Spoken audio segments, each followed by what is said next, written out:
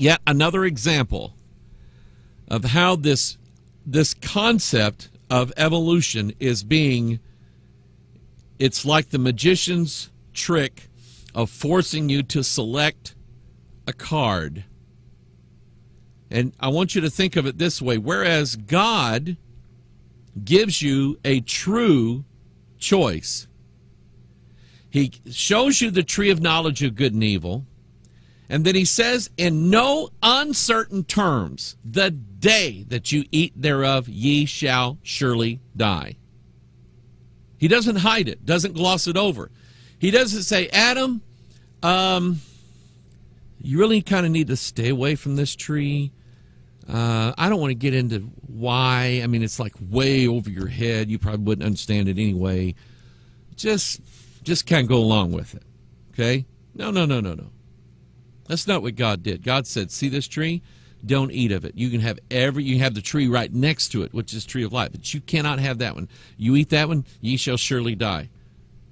There's no ambiguity here. There's no mystery. There's no secret. There's no Adam wondering, well, I wonder if God's true or not. He meant exactly what he said. The devil doesn't work that way. You still have a choice, but he's going to trick you into choosing what he wants you to choose. And he showed that in Genesis chapter 3 when he shows up to Eve. He's not telling her, Eve, now I'm going to just lay it out to you. You eat of the tree of life, like God said, you'll live forever. Eat of the tree of knowledge of good and evil, and you're going to die. But you know what? Dying's not so bad, okay? Dying's not so bad. Why don't you just die and get it over with? He doesn't do that. He doesn't lay it out straight to her. He's more subtle. So he wants to get her to make a choice, but it's the choice that he is demanding her to make. And he tricked her by playing little games with her mind and her lust. He tricked her into believing the lie.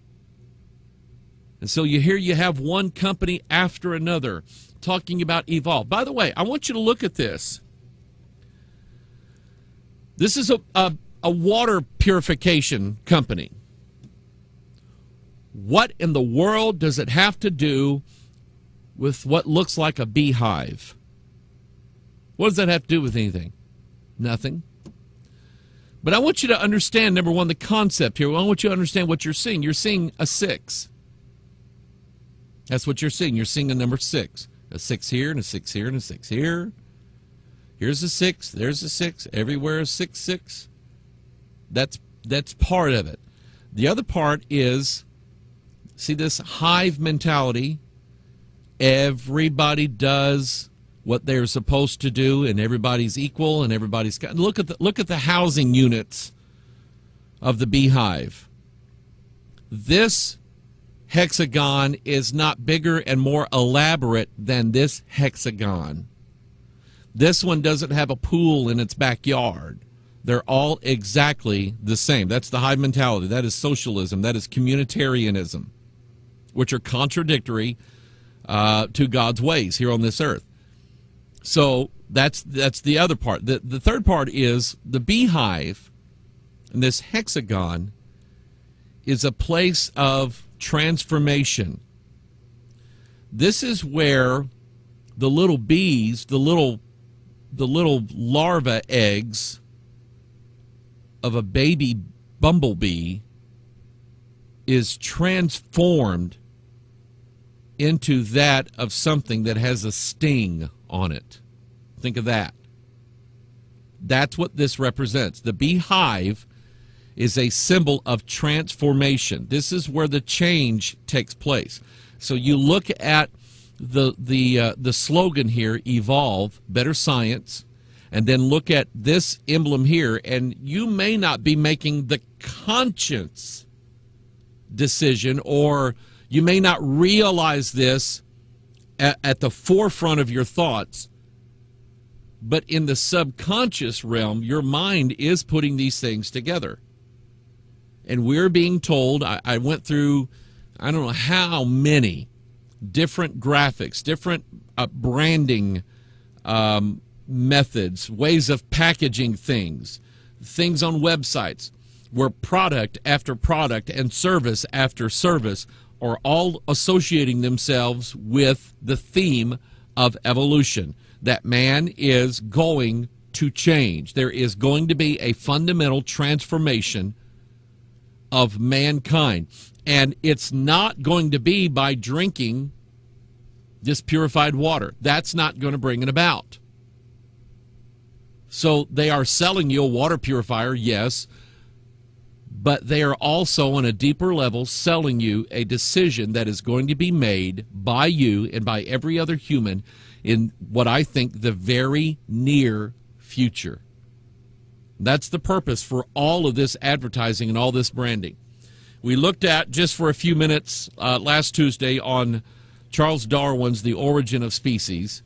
And if you remember, then the front of that book, it has the other title to the book, The Preservation of Favored Races in the Struggle for Life. Remember Margaret Sanger, Hillary Clinton, and probably hundreds or thousands of others who have here's something I want you to understand. Not everybody that let's say that you're listening to me and you are black, or you are Hispanic, or you have Jewish descent, or you're one of maybe you're Australian Aborigine, or you've got a little bit of that in your background or whatever.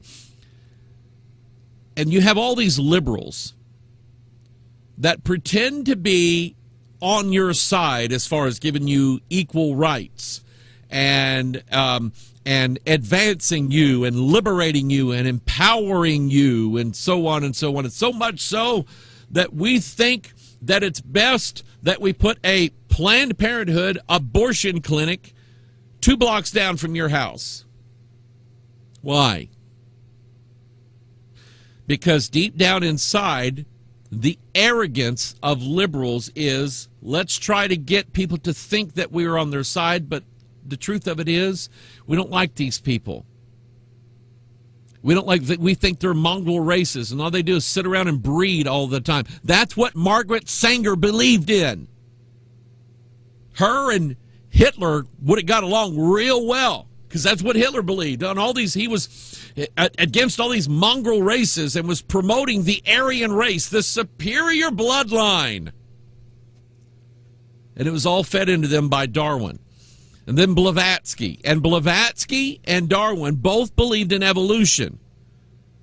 But Blavatsky thought Darwin was an idiot. Darwin, look, son, you're going around telling everybody at the Royal Science dinner that you think races and species have changed over the years and they've evolved to higher forms and all this, and you telling them that it just happens by way of maybe nature or, natural selection, and one group, the stronger group, always breeds with the other stronger group, and so on and so on and so on. Darwin, you're an idiot, because let me tell you something. These things don't happen by chance. These evolutionary cycles, or these evolutionary steps, are always guided and performed by spiritual forces. She called them the designers. In the creation of new species, it is, quote unquote, the designers who direct the new evolution. Thus, when we say that nature provides for every animal and plant, whether large or small, we speak correctly. And her version of it is, yes, there is evolution, but there are outside spiritual forces that always direct that new evolution. And people, get this in your head. There are spirits at work right now in this world that are inspiring scientists every single day. They're waking up with brand new ideas in their mind. They're going to bed with puzzles and questions that they cannot answer, questions that the little test tubes and the chemicals and the printouts and everything like that don't answer.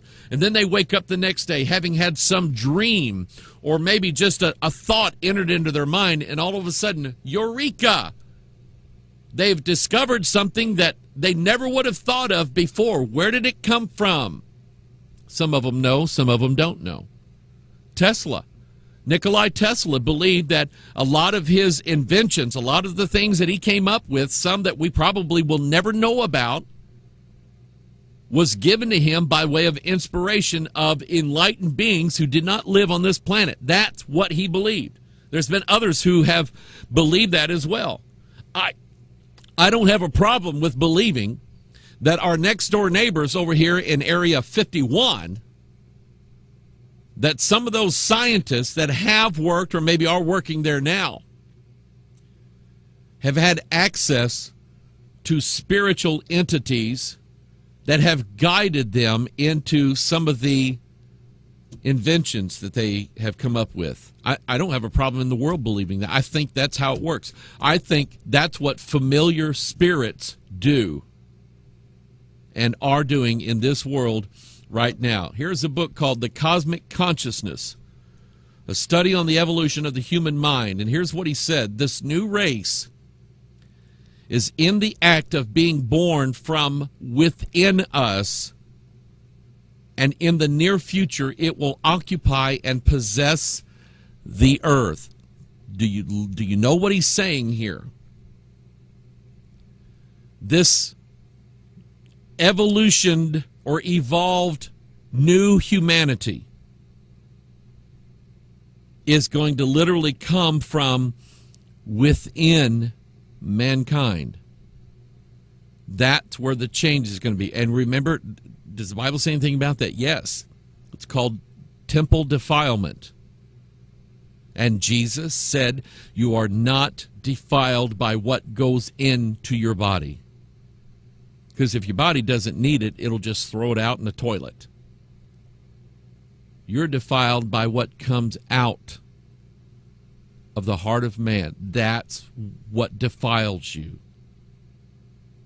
And I think they are seeing the occult, or let's say the new age version of what God's word is telling us, living in these last days, knowing what we know now about how everything works in DNA and technology and nanobots and everything else and quantum particles. I think that we are seeing things written down in the Bible taking place right in front of our very eyes.